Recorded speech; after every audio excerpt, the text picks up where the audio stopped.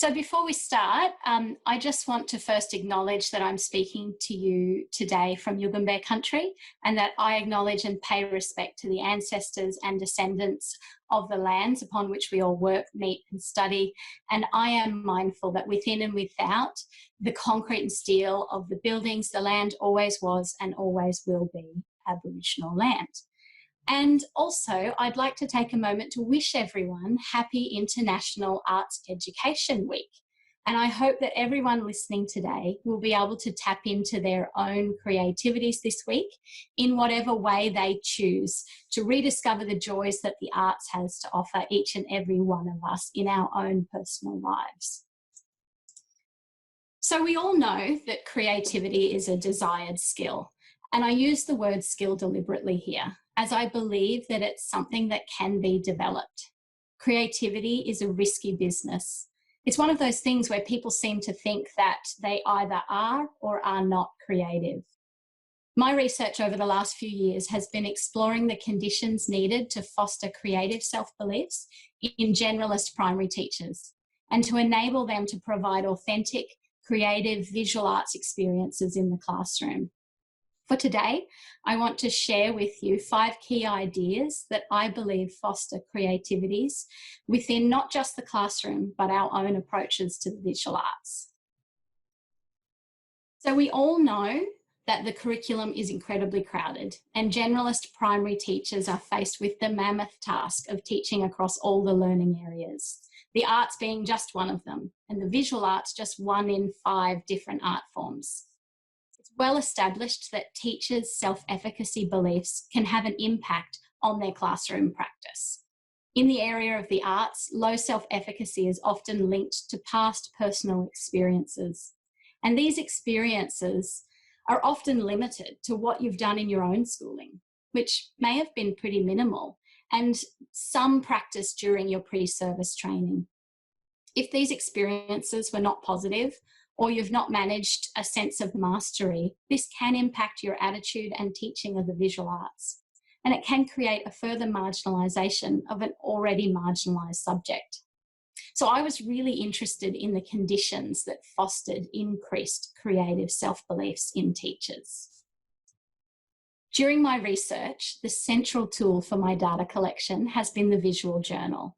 For me, it's the place that I centre my artistic practice, and I used this tool as the focus for a series of workshops that I conducted over a 6-week period with 15 primary teachers from around this area. We all made our own visual journal and bound it together ourselves. In sharing with you today, I would like to privilege that journal and to take you through some of the pages of my own journals. I want to be really practical and share with you 5 ideas that facilitate creativity in the visual arts. Although I would say that these ideas could probably be used across all disciplines as well. Psychologist Carl Rogers says that the greatest gift that you can give to others is the gift of unconditional love and acceptance. My experience with artistic practice is that we need to give that gift to ourselves first. When we decide to have a go at drawing or painting or any form of visual arts, the biggest hindrance that we face is ourselves. We are our harshest critics. And it's really important to create an atmosphere in our classrooms of safety, because it's only when we feel safe that we'll be able to be empowered to take a risk. And all creative action requires risk-taking. In my workshops, it was really important to me that those who were attending were able to take risks, to move away from feeling like they couldn't do it and towards an attitude of trial and error. And that in the error, the mistakes, that is where the beauty is found. The ability to try something and have it not work as you intended and then learn from it is a really important part of modelling artistic and creative behaviours. So the next 3 ideas that I'm going to share with you work together in creating that safe space for yourself and for students. One of the things that I found quite striking about my time with the teachers during my workshops was that all of the teachers who attended expressed their excitement and joy at the workshops. They enjoyed creating our journals together. But when we met back after a term away from each other, only one of the teachers had taken the time to work in their journals on their own. Now, this could have been a really disappointing finding for me, but what it actually reveals is that there's something special about meeting together in a room and working together. And I'm sure that we all have a really tangible sense of that after spending our time teaching online so suddenly. And now that we're back, there's something really magical about the physical collective being in a space together. It's not that we copy each other when we work together, but rather that creativity reveals itself in a relationship. Sean McNiff expresses it really well when he says, "New ideas don't come out of vacuums, and they don't necessarily germinate inside people. They grow from an interactive process and tend to always involve putting one thing in relationship to something else." So I'd like to encourage all of you, get together in your staff room with your friends on a coffee date, 1.5 meters apart, of course, but give it a go creating together. I know that I have learnt things from working alongside others that I would never have discovered on my own. The second part of this tip is collaboration, which is different from the collective because it includes working together, not just in the same time or space. In my workshops, I made a deliberate choice to engage in collaborative practices. Often one of the things that's so threatening about the arts is that we need to put something of ourselves on displays for others to see. It can be really scary. When we first started in our workshops, we all got to know each other in a very embodied way. We took off our shoes and we painted with our feet, leaning on each other as we worked. Working like this together stripped away the idea that what we had created was ours alone. And using our feet removed an element of being ashamed at our lack of skill. No one can really be embarrassed about not being good at painting with your toes. Some of that control over the materials was removed. This collaborative practice of working together creates a sense of freedom. And often in the workshops, we worked on painting paper and printing that was not our own. Our work could be picked up by someone else and used in a different way. There were no names on the back of our papers. And this can be really difficult for some people, but there's a real power to working together in a collaborative manner. The third idea that I'd like to share with you is around the concept of enabling constraints. Sometimes when we think of creativity, we conflate it with freedom. And yes, creative practices are free in some way. But one important discovery about creativity is that it is enabled when we are constrained.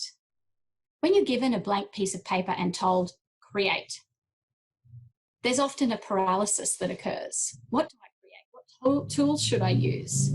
Even the most seasoned artists, this can be stressful. Most of us who would consider ourselves artists give ourselves enabling constraints, often without even realizing it. When we're starting out, it's really important to put constraints on ourselves and on our students. And it's playing within these boundaries that we can discover new ideas. So I thought we'd have a little go here today. So if you can, grab a pencil or a pen, something that's nearby, and just a scrap of paper. So while you do that, I'm just going to get this sorted here. Just one moment. Okay, so the constraint that we are going to put on ourselves today, and I'm hoping you can draw alongside me here, is that we are going to draw a face. I have put my face here for everyone. And we're going to draw it without lifting our pencil, so in one continuous line. And the other thing that we're going to constrain ourselves with is that we're not going to look at our drawing. We're going to look at what we are drawing. So I'm going to be looking at this photo here. You can draw someone who's near you if you're with someone else, or you can draw me if you like. And we're going to give it a go. So 2 rules: don't lift your pen, don't look at what you're drawing.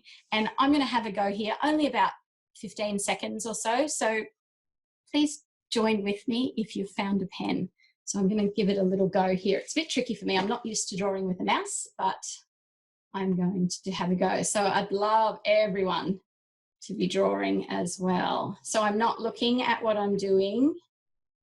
I'm just sort of using my eye to follow around the contours of my face. And which means it's a bit messy sometimes, but it gives me time to have a look at shapes, doing the very long earrings there, and done. Well, I'm all finished. I hope that you all had a little try to do that. This is a really fun constraint that I put on myself all the time. It's actually a really easy activity that requires very minimal products. You just need a pen, a piece of paper. You don't need to clean up messy paints in the classroom. You don't have to do it with faces. You can do it with a pair of scissors on the table or a chair or something that's in the classroom. And you can put all sorts of different constraints. You can use your non-dominant hand. You can close your eyes. You can go slowly, quickly. There's all sorts of things that you can do with this. And this particular practice really gives you permission to just start playing and have a go and pay attention to what you see around yourself. So I'm just going to clear this before I move on. Okay, so the fourth idea that I have is to pay attention to the process, not the product. So much of what we see in schools is working towards a finished product. There are learning goals and outcomes, and while all these things are great and necessary, in the visual arts, one of the major tenets is that it is in the process, in the making and the doing, that learning and creativity occurs. And this is really difficult to understand if you yourself have not taken time to experiment with this. It can seem easier to grab that idea off Pinterest or follow the step-by-step drawing, which there is a place for that, and skill development's really important. But I wanted to focus today on privileging process rather than product and how that leaves room for creativity. A personal immersion in the creative process is a really important part of teaching the visual arts. How can we know what students are expected to do if we do not engage in this process ourselves? I'm not saying that we need to be highly accomplished artists or even to practice it ourselves regularly. What I'm saying is that there needs to be some familiarity with the process. And in doing this, engaging in artistic processes, teachers can gain a sense of empathy for what students are experiencing in the classroom.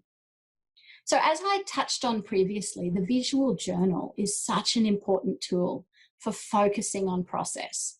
Rather than working towards a specific project where all the end results look the same, the visual journal gives you space to just put everything in. It's often referred to as an everything book.